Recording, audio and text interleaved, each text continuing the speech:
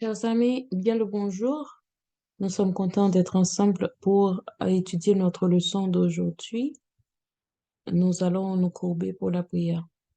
Merci Seigneur, notre Dieu, notre Père, de nous accueillir en ta présence ce matin. Nous salmodions, nous louons, nous bénissons de ce que c'est seul Dieu, digne de gloire, digne de louange. Majesté, nous faisons moyen pour nous comprendre. Ou plus grand que tout ça, nous qu'à réfléchir. Ou pas un commencement, pas un fin. Seigneur, ou créez-nous de façon, nous sommes des créatures merveilleuses. Merci de ce que on remet nous et de ce que vous toujours portez attention à nous-mêmes. Et nous venons devant au matin en signe de reconnaissance, en signe de révérence. Nous venons dire, nous remettons, nous venons dire, nous voulons suivre, nous voulons mettre en pratique parole. Nous venons demander le pain de vie de ce jour. Nous venons dire pour bénir l'activité nous jeudi. En prie, pardonner péché nous. Ouvrir intelligence nous, faire nous comprendre ça, étudier matin. Aider nous passer une journée protégée par toi. Bon, nous Saint-Esprit, pour nous comprendre, pour nous discerner, pour nous faire de bons choix. Et Seigneur, aidez-nous pardonner les uns les autres. Pour nous gagner une journée avec des relations harmonieuses avec nos prochains. Au nom de Jésus, nous te prions, nous te demandons toutes ces grâces. À toi seul soit la gloire, la puissance dans tous les siècles des siècles. Amen. Chers amis, matin, notre leçon de l'école du sabbat, c'est le jugement d'avant la seconde venue du Christ. Mais Pasteur Zabala proposé nous un titre, Franchir le Rubicon, et il est tiré du texte de Bazan dans Luc 9, versets 61 et 62. Un autre dit, je te suivrai, Seigneur, mais permets-moi d'aller d'abord prendre congé de ceux de ma maison. Jésus lui répondit, quiconque met la main à la charrue et regarde en arrière n'est pas propre au royaume de Dieu. Franchir le Rubicon, c'est une expression qui veut dire courir de grands risques, prendre décision qui est capable de grandes conséquences. Le fleuve Rubicon, c'est un fleuve qui servit de frontière entre l'Italie et la Gaule cisalpine. Ça, c'est dans l'Empire romain. Et le Sénat t'a interdit que armée un soldat te franchir le fleuve ça pour des raisons de sécurité. Et le Jules César te gain troupe en l'an 49 avant Jésus, li rive bo fleuve Rubicon, hein, malgré l'ordre là, li pas de le choix parce que était obligé faire une trajectoire comme ça pour le cap gagner guerre là. Alors, il traversé, il gagne la célèbre phrase, aller à Jacta Est, le sort en est jeté. Et c'est ça qui fait que le dicton franchir le Rubicon signifie l'on prend de grands risques parce que si Jules César te prend un grand risque parce que il était allé à l'encontre de l'ordre du Sénat de l'époque. Même Jean avec un terme ça, franchir le Rubicon, c'est fond c'est toile de fond de histoire que nous raconter et puis c'est même histoire ça donc à mettre dans le même contexte avec le texte de ce matin Luc 9 versets 61 et 62 côté jeune homme là, dit Seigneur m'a suivre mais bon en permission pour mal prendre congé de ceux de ma maison. Alors, c'est lui-même qui m'a dit, Seigneur, les besoins à suivre. Mais il n'a pas osé franchir le Rubicon, c'est-à-dire il n'a pas osé prendre de risques avec décision, ça.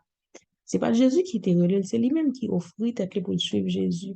Mais il dit, bah, là, prendre congé. Selon le commentaire biblique adventiste, nous gagnons Prendre congé, c'est tapion coutume du Proche-Orient, c'est tapion tant côté le pral prend en quelques semaines, même quelques mois, voire des années pour le capable de régler problèmes domestiques, c'est-à-dire pour le mettre toutes les affaires en ordre, pour faire pour le mettre tout le monde diriger ses biens, etc. L'État prend temps. Et Jésus a une réponse catégorique. N'importe monde qui mettait main dans patte là, qui virait en arrière, pas bon pour le royaume de Dieu. Qui mettait main à la charrue et regarde en arrière. Leur mettait main à la charrue ou regarder derrière, ou pas qu'à faire des trajectoires rectilignes, ou toujours à faire des sillons crochus. C'est ça que fait les Jésus répondre-lui, Jésus dit, c'est ou bien on prend une décision, ou bien on rester dans la peur. C'est pas même genre, ça t'est agi pour Matthieu. Là, Jésus dit, Matthieu, suive-lui, Matthieu, levé, lui suivre Jésus. Mais après une nuit de travail infructueux, Pierre-André Jacques pas capable Pierre, André, Jacques et Jean, ils pas capable de joindre poisson et l'Éternel, Jésus te fait yo joindre, fait yo voyer dans cela et il te dit sur, selon parole ou m'a voyer dans cela et puis il te joint en pile poisson. Dans ça, t'es presque déchiré, il te même demandé un renfort pour aider à aller poisson. Et finalement, après miracle ça, Jésus dit, suivre les et ils répondent oui, positivement. Jésus fait lui-même des pécheurs d'hommes, ils ont quitté toute bagaille, ils suivent Jésus. Alors que monsieur ça, c'est un pécheur, il a gagné une famille pour te nourrir, mais il a franchir le Rubicon eux-mêmes et famille t'a accepté cette, décision. Est-ce que tu as le besoin? Alors, selon Luc 22, verset 35, Jésus m'a dit, est-ce que l'aime dévorer nous sans beau, sans sac, sans sandales, sans, euh, euh, euh, sans rien, est-ce que nous te manqué yon bagay, yo te dit pas te manquer rien. Ça veut dire si nous gagnons nous à la charrue, nous pas besoin à la charrue, nous pas besoin de garder derrière. En nous convaincus que nous pas manquer de rien, que notre Seigneur a le contrôle de tout. Et c'est Jésus qui dit nous, les papes quitter nous, les papes abandonner nous. La prière pour ce matin, c'était Jésus, toi qui es là jusqu'au calvaire sans regarder en arrière. Aide-moi à rester ferme et fidèle jusqu'à la fin, quel que soit le prix à payer. Amen. Franchir le Rubicon. Et notre leçon de ce matin, c'est le jugement d'avant la seconde venue de Christ. Semaine, ça n'a pas étudié le processus du jugement et n'a mémorisé 2 Corinthiens 5, verset 10, car il nous faut tous comparaître devant le tribunal de Christ afin que chacun reçoive selon le bien ou le mal qu'il aura fait étant dans son corps. Le jugement d'avant la seconde venue du Christ. Concept jugement, gagné, yon, en pile fois, il y a des gens qui comprennent les mal. Et nous avons fait étude, lecture personnelle, nous allons regarder Apocalypse 14, versets 6 et 7. Apocalypse 14, versets 6 et 7, je vis un ange qui volait par le milieu du ciel, ayant un évangile éternel pour l'annoncer aux habitants de la terre, à toute nation, à toute tribu, à toute langue et à tout peuple. Il disait d'une voix forte, craignez Dieu et donnez-lui gloire, car l'heure de son jugement est venue. Et adorez celui qui a fait le ciel et la terre et la mer et les sources d'eau.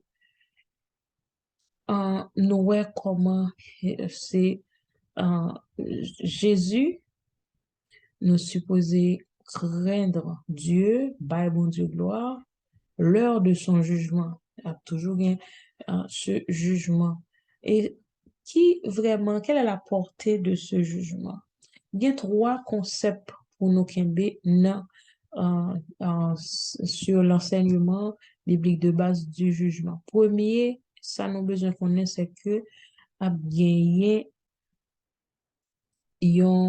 une résurrection pour tout le monde. Ou bien nous mourir en Jésus, ou bien nous mourir sans Jésus.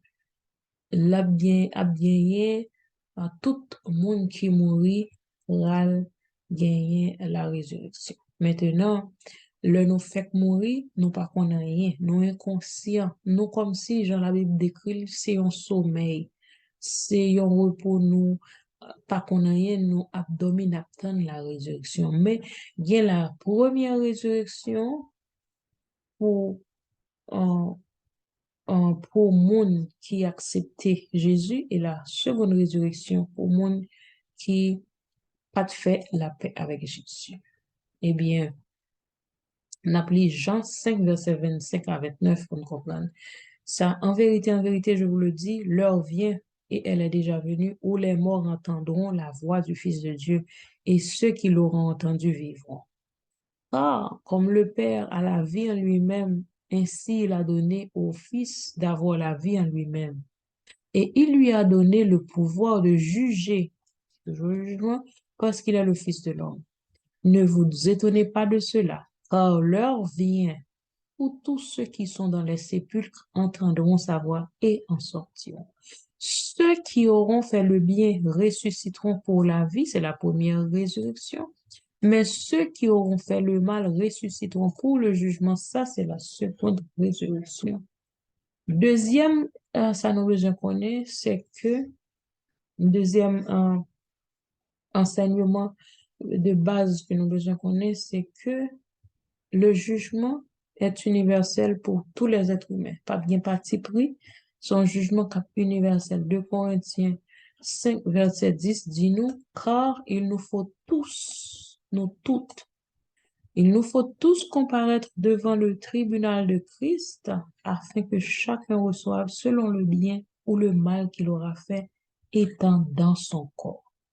Nous toutes à bien jugement. Ça, c'est deuxième concept de base. Et finalement, troisième enseignement de base, nous besoin connaître, c'est que la première résurrection, j'en ai dit déjà, premier concept là, c'est que tout le monde, juste ou injuste, nous mourir, nous être inconscients dans les tombes, dans la résurrection finale et que le jugement sera pour tous les humains et finalement, après la première résurrection pour les justes et la deuxième résurrection, c'est la mort éternelle pour les méchants. Ça veut dire que si tout être juste ou injuste à juger, c'est-à-dire que n'a gagné la récompense finale à la résurrection, soit pour être dans la vie éternelle ou pour être totalement détruit. C'est ça qui fait que nous besoin qu'on ait une idée